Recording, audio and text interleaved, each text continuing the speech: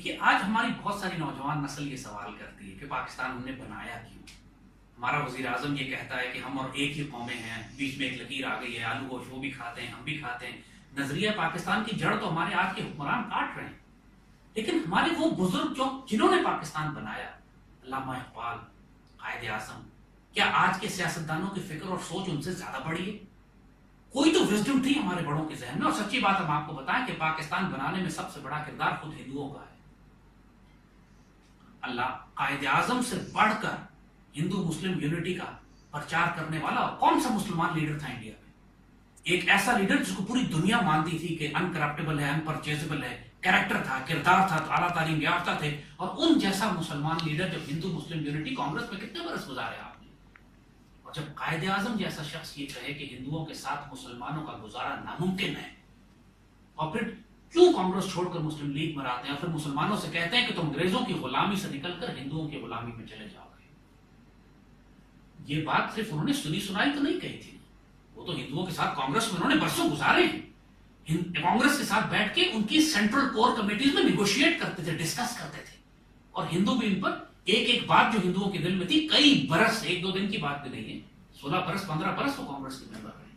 انہوں نے اچھی طرح پوری ہندو مینٹالٹی کو دیکھا، ان کو یہ نظر آ گیا کہ انگریز تو ہندوستان سے جائے گا، لیکن پھر اس کے بعد ہندوستان کے مسلمان ایک ایسی غلامی میں آ جائیں گے جس میں وینم، غصہ، تعصب بھرا ہوا ہے۔ 1000 سال کی غلامی میں جو غصہ ہندوؤں میں بھرا ہوا تھا اس کو انہوں نے پھر مسلمانوں پر نکالنا تھا، اور یہ قائد اعظم کے الفاظ ہیں، میرے الفاظ نہیں، کہ مسلمان ایک غلامی سے، انگریزوں کی غلامی سے نکل کر ہندو کی غلامی میں چلے جائیں گے۔ اور جس کو گاندھی کو، جس کو دنیا پوری پیسنے کہتی ہے کہ وہ امن پسند اور محبت اور پیار کے پیغام لے کر چلا تھا، اسی گاندھی نے قائد اعظم کو خنجر سے لڑائی کی دھمکی دی تھی اور کہا تھا کہ اگر آپ نے پاکستان بنانے کی بات کی پھر ہمارے درمیان فیصلہ خنجر کرے گا۔ اس پر قائد اعظم نے کہا تھا، لک ایٹ دس مین، اس آدمی کو دیکھو، اس شخص کو کہ جو بڑا امن کا دعوے دار بنتا ہے، مجھ کو چھری سے لڑنے کی دعوت دیتا ہے۔ اور پھر یہی بات کہ جس طریقے سے عرض کیا ہم نے کہ پاکستان بنانے میں بہت بڑا کردار ہندوؤں کا تھا، بہت زیادہ تعداد تھی مسلمانوں کی جو مائیگریٹ کر کے پاکستان نہیں آنا چاہتی تھی، لیکن جس طریقے سے ہندوؤں نے قتل عام شروع کیا پورے ہندوستان میں مسلمانوں کا، جہاں جہاں مسلمان کانگریس کے زیر اثر تھے، جہاں کانگریس چونکہ یعنی جہاں جہاں سارے وہ جو دیوبندی جو اسکول آف تھاٹ تھا جو کانگریس کے ساتھ کھڑا تھا، کانگریسی مولوی کہلاتے تھے وہ سارے، ظاہر ان کا بہت بڑا انفلوئنس تھا انڈیا میں، وہ سارے مسلمانوں سے یہ کہہ رہے تھے کہ پاکستان ایک خواب کا نام ہے، کوئی ضرورت نہیں ہے، ہندو مسلمان بھائی بھائی ہیں، ہم مل کے رہیں گے، اور سارے بہت بڑی تعداد مسلمانوں کی ہندوؤں کے انفلوئنس میں تھی، قائد اعظم کی بات نہیں سنتی تھی۔ جب بھی آپ نے دیکھا کہ جو 1935-37 تک کے جو الیکشنز ہوئے اس میں اس بری طرح شکست ہوئی مسلم لیگ کو کہ مسلم لیگ کا وجود ہی ختم کر دیا گیا، لیکن پھر جب کانگریس کی حکومتیں بنی، انہوں نے آ کے جب مسلمانوں کو تباہ کرنا شروع کیا، اذان پہ پابندی لگی، مسجدوں پہ پابندی لگی، قربانی پہ پابندی لگی، وندے ماترم پڑھنے کا حکم دیا گیا، مسلمانوں کی جان مال عزت آبرو خطرے میں آئی، تب جب کانگریس کی حکومتیں 1939 میں ٹوٹی تو اس کے بعد قائد اعظم نے مسلمانوں کو حکم دیا کہ یوم نجات مناؤ۔ اب مسلمانوں کی آنکھیں کھلی، ان کو سمجھ آنا شروع ہوا کہ ہوا کیا ہے۔ جب ہی پھر 1940 میں قرارداد پاکستان میں وہ سارے مسلمان جن کو دیوبند نے گمراہ کر دیا تھا وہ سارے اکٹھے ہوئے قائد اعظم کے جھنڈے تلے، اور 1940 میں پھر انہوں نے قرارداد پاکستان پیش کی، اور پاکستان کا لفظ بھی صحیح معنوں میں پروموٹ بھی ہندوؤں نے کیا، ہندوؤں نے اس پہ طوفان کھڑا کر دیا کہ قائد محمد علی جناح پاکستان بنانے جا رہے ہیں۔ اس وقت تک مسلمانوں نے ڈیسائیڈ نہیں کیا تھا کہ آنے والے ملک کا نام کیا رکھا جائے گا، لیکن یہ بھی اللہ کی طرف سے دشمنوں نے ہی ہمیں دے دیا، ہم نے کہا، ہم نے بھی کہا پھر ضد میں آ گیا، ٹھیک ہے ہم پاکستان ہی بناتے ہیں۔ حالانکہ چودھری رحمت علی نے کئی سال پہلے دیا تھا، لیکن مسلمانوں نے اس کو اڈاپٹ نہیں کیا تھا، لیکن آفیشلی وہ ہندوؤں کے تعصب اور غصے کی وجہ سے اڈاپٹ کر لیا گیا، اور ماشاءاللہ اتنا بابرکت نام اللہ نے ہمیں دیا، بے شک اپنے دشمن کی حماقت سے، لیکن اتنا بابرکت نام ہمیں اللہ نے دیا۔ تو حقیقت اگر آپ کو بتائیں تو اس کے باوجود بھی کہ جب پاکستان بنا تو لاکھوں مسلمان یہ کہہ رہے تھے کہ ہم اپنے آباء و اجداد کی زمینیں چھوڑ کر نہیں جائیں گے، لیکن جب قتل عام شروع ہوا، سلاٹر شروع ہوا، پورے ہندوستان میں کمیونل وائلنس اس حد تک شروع ہو گیا کہ برٹش گورنمنٹ کو لاپس ہو گئی، بلکہ سپورٹ کر رہی تھی۔ مسلمان فوجیں جان بوجھ کر انہوں نے اس وقت ورلڈ وار کے بعد مسلمان فوجیں دنیا میں پھیلائی ہوئی تھی، جو سب سے پہلے فوجیں انہوں نے واپس بلائیں وہ ہندو، سکھ اور ڈوگرا فوجیں تھیں۔ مسلمان نہتے تھے، مسلمانوں کے پاس نہ اسلحہ تھا، نہ جو انڈین آرمی موجود تھی وہاں پر وہ مسلمان فوج تھی، نتیجہ یہ ہوا کہ سرکاری طور پر جو قتل عام ہوا مسلمانوں کا، اس نے مجبور کیا مسلمانوں کو کہ جان و مال عزت آبرو بچا کر پاکستان کی پناہ گاہ کی طرف ہجرت کریں. تو پاکستان میں جو اتنی بڑی تعداد میں مہاجرین پہنچے ہیں، اللہ تعالیٰ نے جو انڈیا کے جتنے مسلمانوں کو وہ نکال سکتا تھا، اللہ نے اسباب ایسے بنائے کہ ان کو نکال کر پاکستان پہنچایا. جو پیچھے رہ گئے آج ان کی حالت دیکھیے. کہنے کو لوگ ہندو اس بات کو انڈیا بڑا پروپیگیٹ کرتا ہے کہ انڈیا میں پاکستان سے زیادہ مسلمان ہیں، لیکن وہ پاکستان سے زیادہ مسلمان دلتوں، شودروں اور انٹچبل سے بھی زیادہ نچلے طبقے کے اوپر رہتے ہیں. پورے ہندوستان کے جو سلمز ہیں، جو غلاظتیں ہیں، جو سرکاری جو تباہی اور بربادی جو مسلمانوں کی مچی ہوئی ہے، وہ 20 کروڑ مسلمان کیڑے مکوڑوں سے زیادہ نہیں ہیں جو انڈیا میں. ان کی کوئی عزت نہیں ہے. صرف ایک غیرت مند قوم انڈیا میں مسلمانوں کو سٹینڈ لے رہی ہے، وہ کشمیری مسلمان ہیں. ورنہ باقی ہندوستان کے اندر جتنے مسلمان بستے ہیں ان کو ایک چھری رکھنے کی اجازت نہیں ہے، چاہے وہ حیدرآباد دکن کے ہوں، چاہے دہلی کے ہوں، چاہے قدیم ہندوستان. اچھا سر، کشمیر کی طرف آتے ہیں تو یہ جو کشمیر کا مسئلہ ہے، یہ صرف بھارت کی ہمدردی ہے، یہ صرف بھارت کی چالاکی ہے، اس کی بڑی بات کیجیے گا. اور دوسرے کون سے عوامل ہیں کہ برٹش راج جب ختم ہوا ہے تو انہوں نے فیسیلیٹیٹ کیا انڈیا کو یہ سب کچھ کرنے کے لیے، اور آج تک جو صورتحال ہے اس پہ بھی ذرا بات کیجیے گا کہ کیوں یہ مسئلہ حل نہیں ہونے دیا جا رہا. دیکھیے، برٹش امپائر کے بارے میں ایک بات ذرا اچھی طرح سمجھ لیجیے گا کہ پوری مسلم دنیا میں جتنے بڑے بڑے کینسر آج آپ کو نظر آ رہے ہیں، وہ جو مسلمانوں کی پشت میں خنجر دے رہے ہیں، وہ ڈیلیبریٹلی برٹش امپائر نے کریٹ کیے تھے.